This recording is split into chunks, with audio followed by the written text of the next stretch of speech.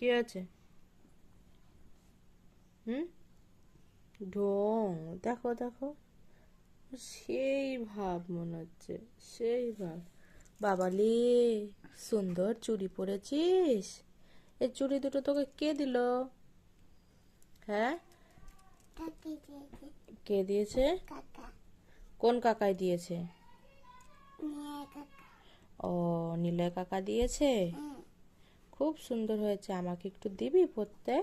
নাও। হ্যাঁ, নাও। দি।